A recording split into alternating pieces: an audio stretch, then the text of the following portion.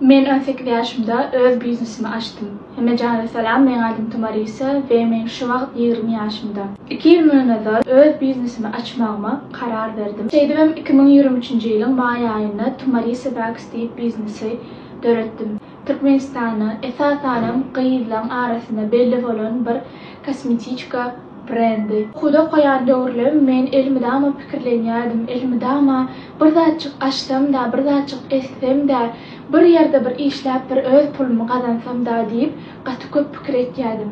Şeýdibem, ilk okuw ýyllarym 10-11-nji klasda. Birazajyk ondan işlän we gazanan pul jagalanmady.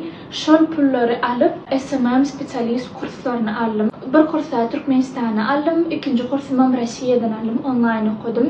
Şeýlelik bilen kurslarymı tamamlap okamsoň Türkmenistan'daky moýlumum men başarnyklygymy görüp maňa iş ödürlüdi. Şeýdibem men 3 tane işli bolup galdym. 3 tane akaunt gerekýärdim. Hersini de 1500 manatdan 3000 manat aýlyga çenli alýardım. İşlän bolsa men SMM spesialist bolup 3 ay ýa-da 2 ay işledim. Men gazanan pullarymy bir zada yatırmak istedim. O wagt üçin men üçin gaty ulakan pully, olar ýalyk aýlyk gazanmak, olar ýaly işte işlemek men üçin ören ulakan bir derejedi. Ýöne neçe köp işledimçe şonça da men biriniň üstüne işlememezligi karar verdim. Sebebi haçanna maňa başlyk üstüne goýursa, aýtanyna gowedňok ýa-da ýokmy ýaly islemedim, bir işin halamadym. Şolar ýalyk köp maňa diýip başlanlaryna maňa şol ýakmady. Şu wagtda karara geldim. Men hiç haçan biriniň üstüne işlejek gel. Biriniň biznesini ýokary kaldyrjak gel.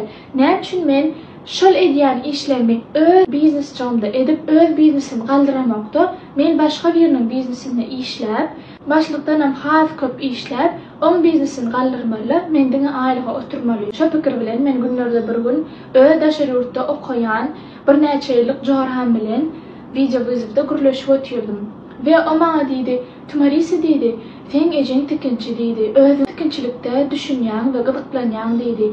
Şu wagt diýdi, gaty elbet ýagdaýda kosmetika öz eli bilen edilýän, kosmetika salynýan funkujuklar gaty moda diýdi. We men ünssetdim diýdi, Türkmenistany bular ýalyk ýok öýtýän diýdi. Sen şoňa finansiýa görseň näme diýdi. Boldy. Şo günden bäri gürleşip telefony öçürdüm we ylgap ejeniň ýanyna gitdim. Eje diýdim, neşler ýaly kosmetika satylýan eken daşary ýurtlarda seredäm ogadanyňna näile gowzat. Bol bizem edip göreli, bol bizem finansiýa göreli diýdi. Ejeme goýsana gyýdym jan, kime gerek sen şada atlaň diýdi. Men bolsa ýok diýip YouTube'a girdim, internetde girdim. Her yerden tikilişini gördüm, näýelek edilýär. Wapşe umuman hemme zatny analiz edip başladym. Öýmede tikil maşin bardy. Şol gece ýatman men birinji kosmetikamy edip öz elim bilen edip görkezdim. Onu da ejem öz ýerine diýdi, borly çağı eder de goýar men ejem başlangyçlarynda elimde ama meni gollaýar.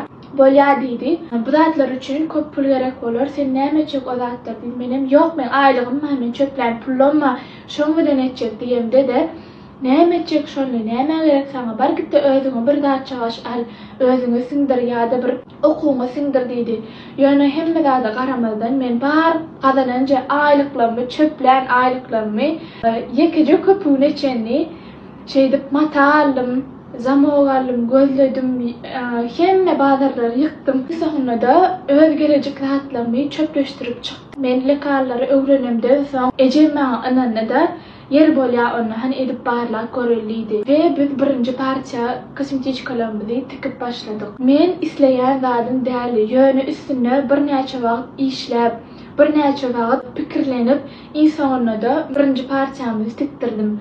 Ve ol öýde bir näçe bolup üýüşüp durýar. Kakymym herede üstüne geçkidini bak, hey, näme işläp bersin, kime gerek şu datlam diýip maňa herede gollaw bermeni derek şey diýärdi. Ýöne men kaka ýok, maňa diýme men etjek, men gaty howatly, men bolar şuny men diýärdim. Dünýä şular ýaljak kosmetika amala açdy. Ýaljak görnüşde kosmetika bar. Şeýdibem men kosmetikalarym bolamdan soň pikirlendim.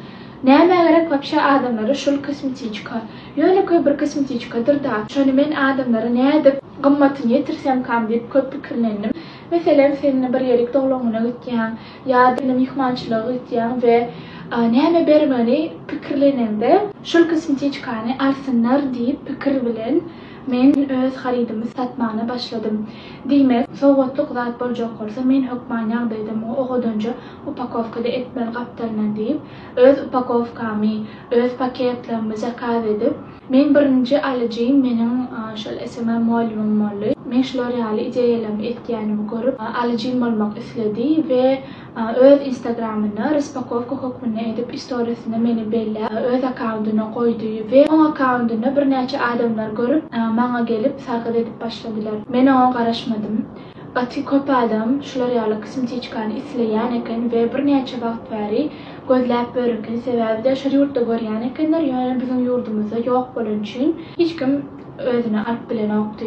Diýmek, men birinji dogry eden işim şudaýdy. Men bizim ýurdumyzdaky bizim adamlarymyzda ýok zady millete men hödürledim.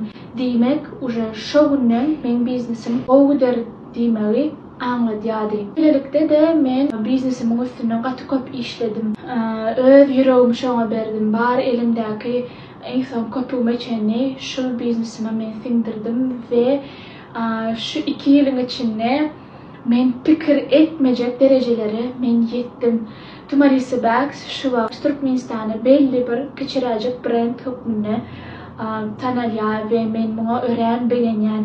Bu videomda bolsa insanyň size diýesim gelýän zat. Arzu edeňizde ulakan arzu edin. Öz isleýän zadyňyz, öz ýüregiňizden isleýän zadyňyzy esseňiz, hemme zat hökman ýagdaýda uğruna bolar. Sağ olun.